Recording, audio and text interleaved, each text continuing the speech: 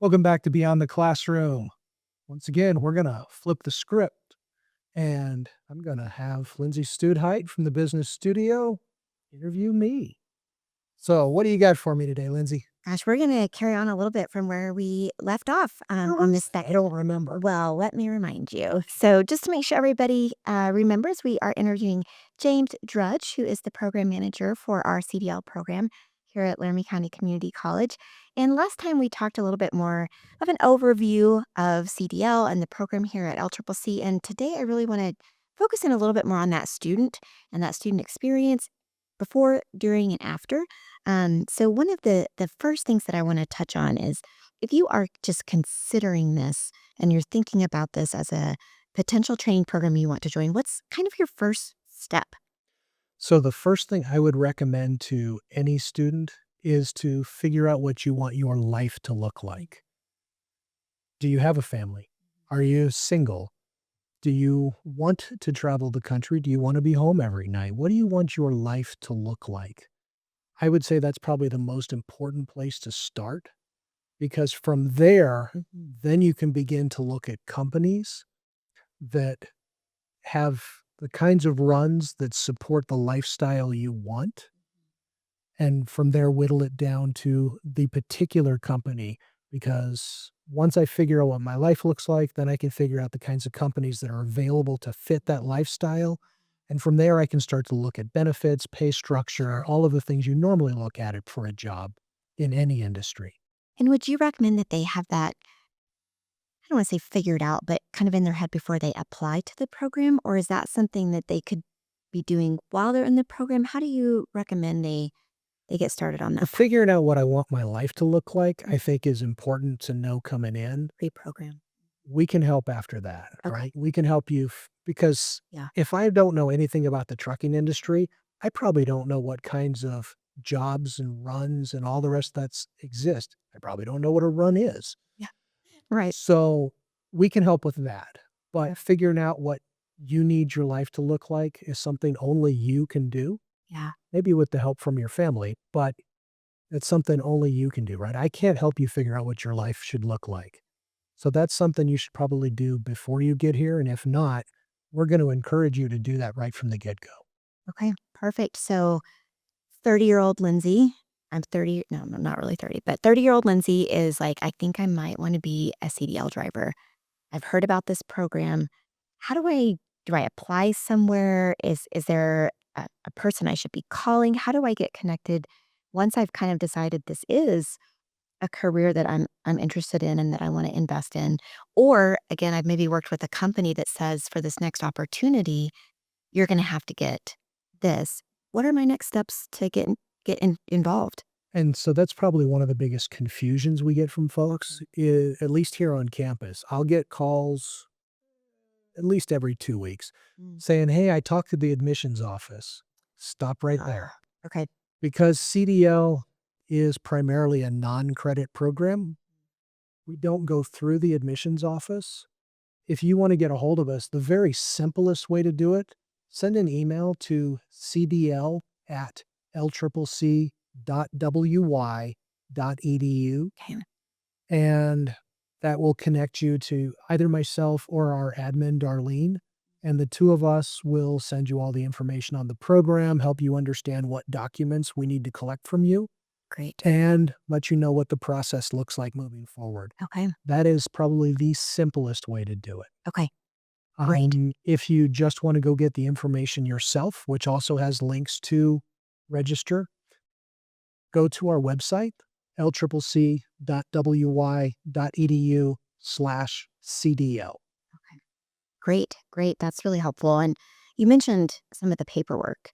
I know, when you're getting into a healthcare career, you have to be able to provide immunization records, things like that.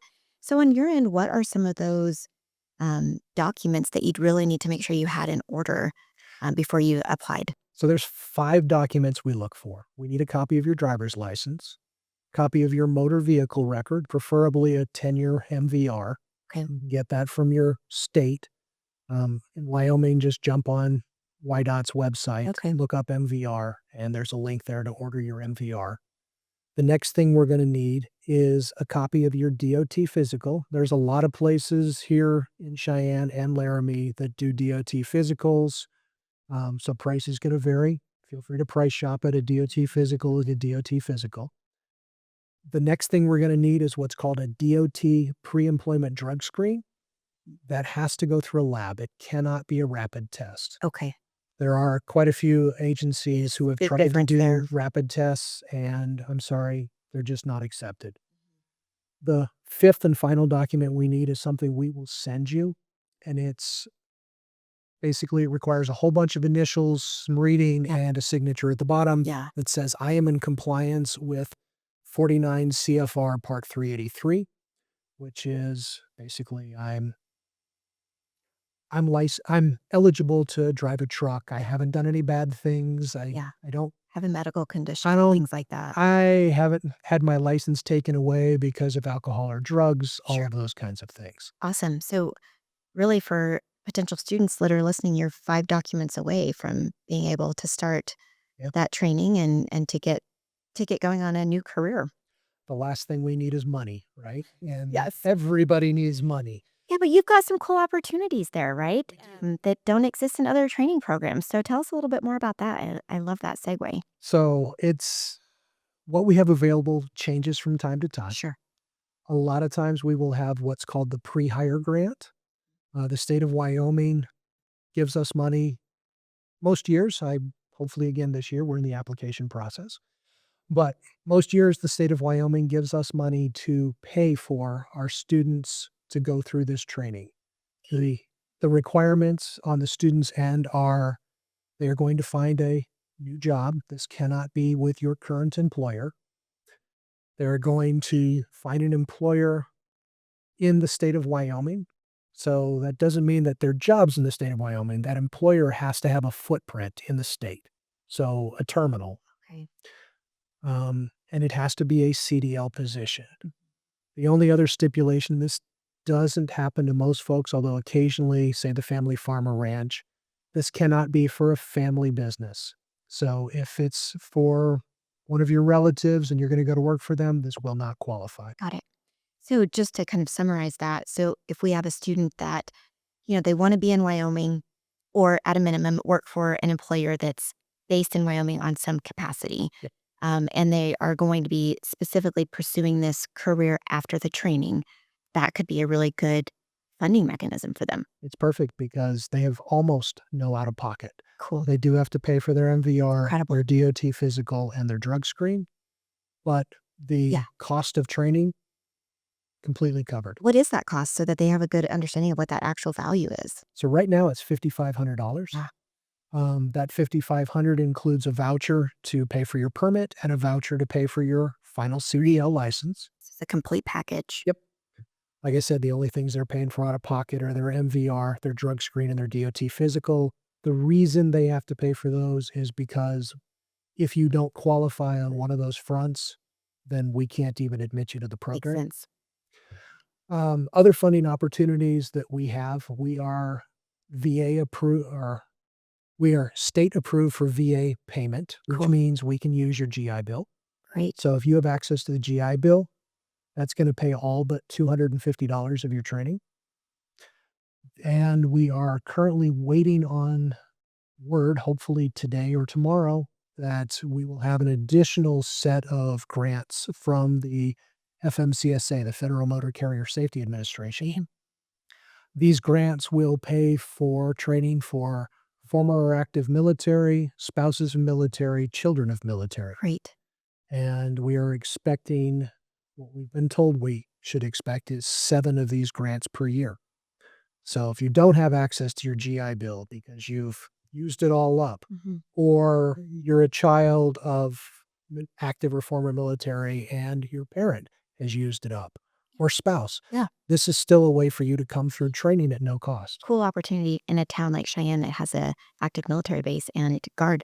So that's really exciting. And when I think about that number, $5,500, you might have sticker shock on one side, but if you've really looked at what it is to get into a career, whether you're doing that through a training program, through a college education, or through other types of service or education, it's an extraordinarily good deal, especially when we think about some of the starting salaries that you discussed in our last episode. Some starting around $80,000. That's a really great investment for such a great outcome. When I think about students and that are processing this and getting involved, I'm curious what the typical kind of misconception is that keeps students from applying that we could bust right now. I think the biggest misconception people have is that if I'm gonna be a truck driver, I am forced to be away from home Mm, for a long period of time. When I started driving back in the early '90s, I was based out of Miami. Well, it's not hard to get freight going into Florida, but unless you're hauling fruit, it's hard to get freight coming out of Florida. So, the companies I worked for, I did over the road, I did long haul. They didn't tend to get me home more than every 5 or 6 weeks. I was out a lot. right. That's not the case Yeah. for most people. Um, Obviously, we're not Midwest based, but a lot of the Midwest drivers, they're running past home every couple of days. Whether it's for lunch or to spend a night in their own bed, they're home every couple of Yeah. days. For folks out west, there's a lot of jobs where I can be home nightly if I'm running local, right? We talked last time about Yep. cement companies. We talked about a lot of the trash companies. Like I said, I've got an instructor who works for Coca-Cola. He's home Yeah. every night, Yeah. right? These folks are home. The line haul drivers are home every day, right? These folks come home on a regular basis. There's also a lot of regional runs. I did some of that. I worked for Schneider at one point, Mm, and I hauled pet food for Purina to various Tractor Supplies around the region, 5 states. I was home every weekend. yeah. So, there's a myriad of jobs out there. We talked You can last choose time your own about adventure a little bit. figure out what you need your life to look like, right? That's what we started this episode with. Figure out what you need your life to look like, then find the job that fits you. Mhm. There's a lot of jobs out there. One other funding avenue that people may not consider, if you want to go to work for one of the bigger carriers, a lot of them have tuition reimbursement. Okay. So, the way that tends to work is you give them the receipt for your training, and they will reimburse you monthly, quarterly, every company's a little different, Yep. and basically it trickles back into your account until either you've hit their spending cap or you're fully reimbursed. Cool. That's an awesome opportunity. And I think it shows a little bit to the need, which is another question that I have for you. Looking at different workforce reports as part of my role, job reports, what is the outlook right now for CDL drivers and the need for CDL drivers? So in the state of Wyoming, let's see, the statistic back in 2023, so a couple years old at this point, they were forecasting a need for, I believe, 600 drivers a year in the state of Wyoming. Wow. And that number was projected to increase by 10 or 12% a year. So the need's not going away. That's incredible. That's incredible demand. I think the other misconception people have is the robot trucks are coming. They're going to take my job. Right. Right? Yes. Big Mhm. thing on the news the other day.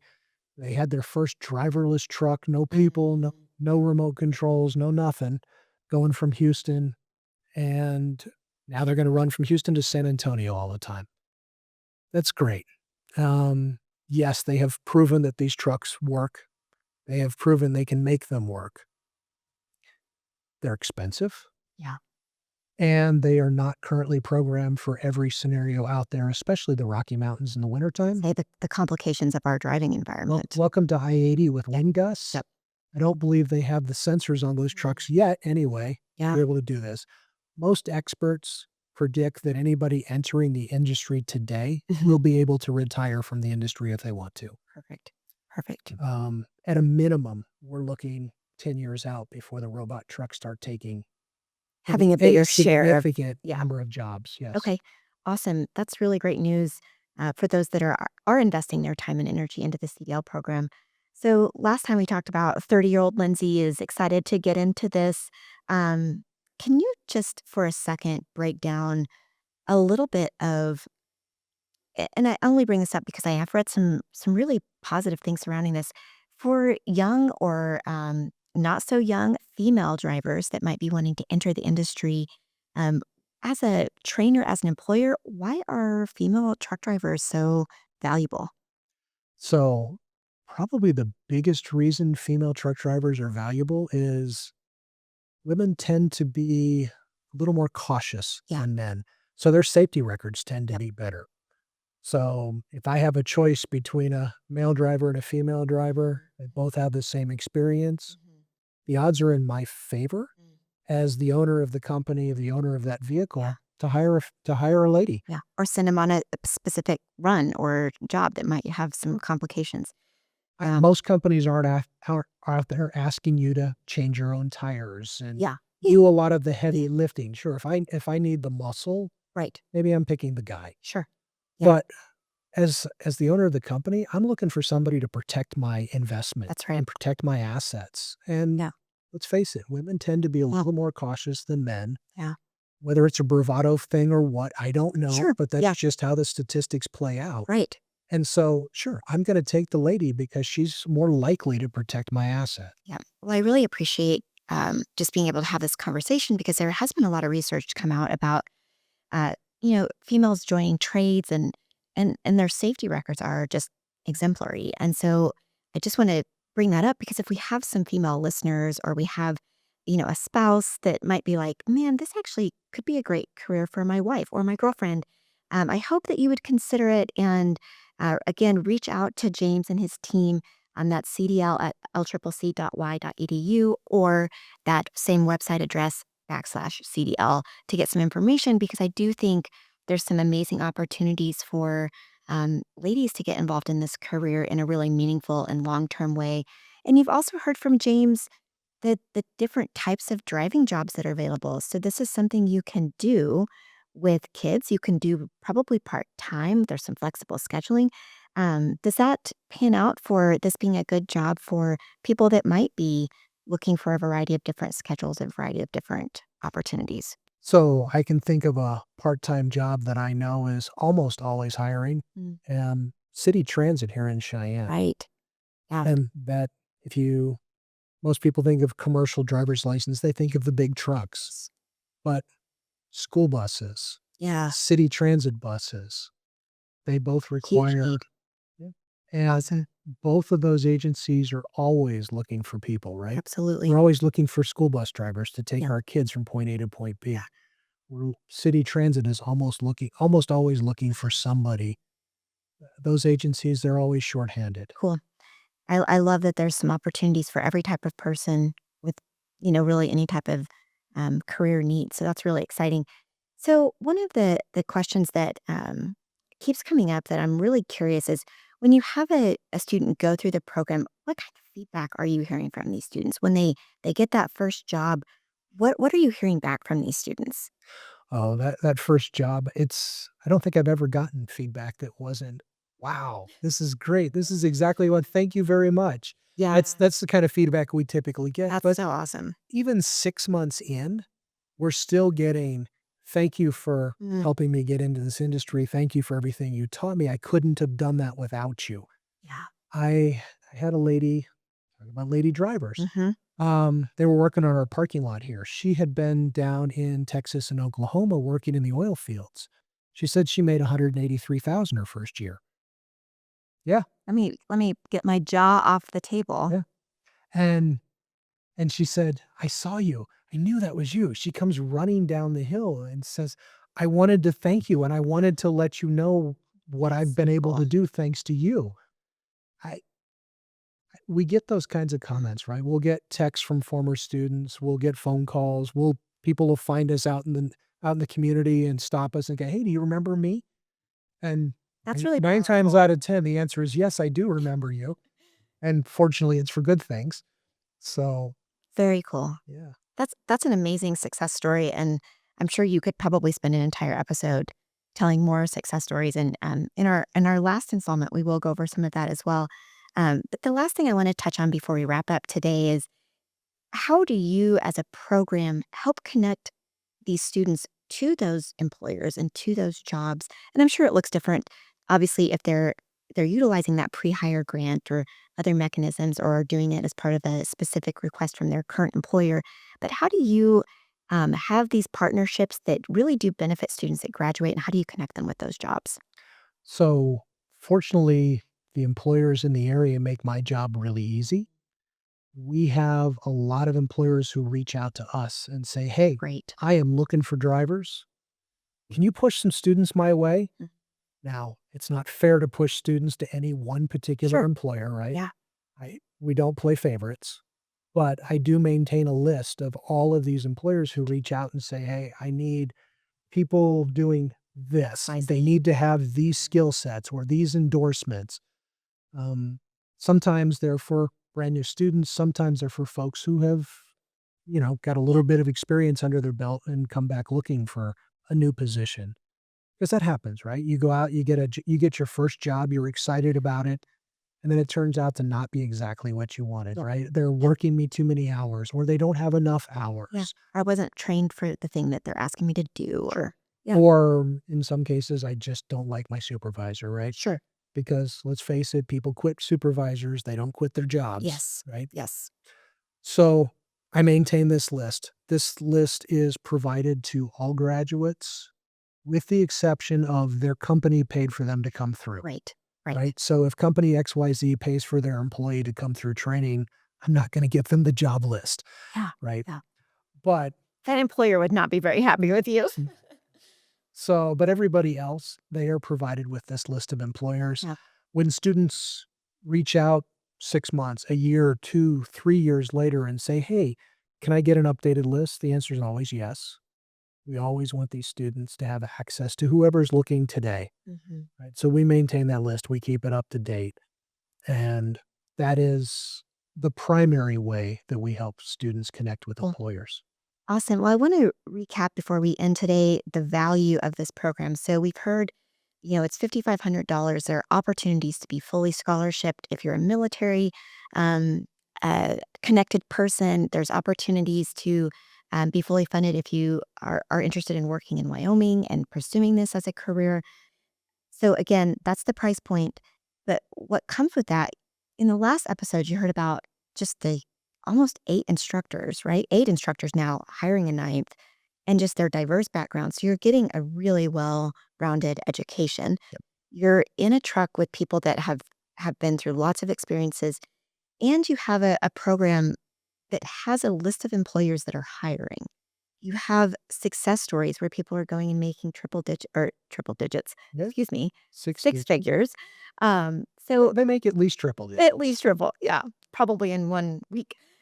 So, you're getting all of this for a 3 to or 4 week time, 4 weeks on day shift, 4 weeks on day shift, 6 weeks if you're doing night shift, is that correct? 6 to 8. 6 to 8. So just as someone that might be considering this, I really hope you'll really think about all these different things that you're getting from this program. It wouldn't matter what the training program is. If you're getting this as an outcome, that's a really high quality program. And I'm super proud that we have this at Laramie County Community College. And just some reminders, we've also discussed how to connect with this program. Can we put that in the description for this podcast? I'm not sure how these are posted. On how to connect with How to us? apply and how to get connected with us. Sure. Again, the simplest way to do it is to either go to our website at lccc.wy.edu/CDL or send us an email, cdl@lccc.wy.edu. Perfect. Yes. And just a reminder, too, if you're wanting to join this awesome team, there is an opportunity available right now on the job board at LCCC. So take a peek at that if you would like to be part of this. James, it's so good to visit with you again. We have one more episode that I'm really excited to dig into. And thanks to everyone for joining us for Beyond the Classroom. And again, don't forget to like and subscribe, and we will continue this conversation on another podcast coming up soon. Thank you so much. Have a great day. I want tomorrow. I want tomorrow. I want tomorrow. I want tomorrow today.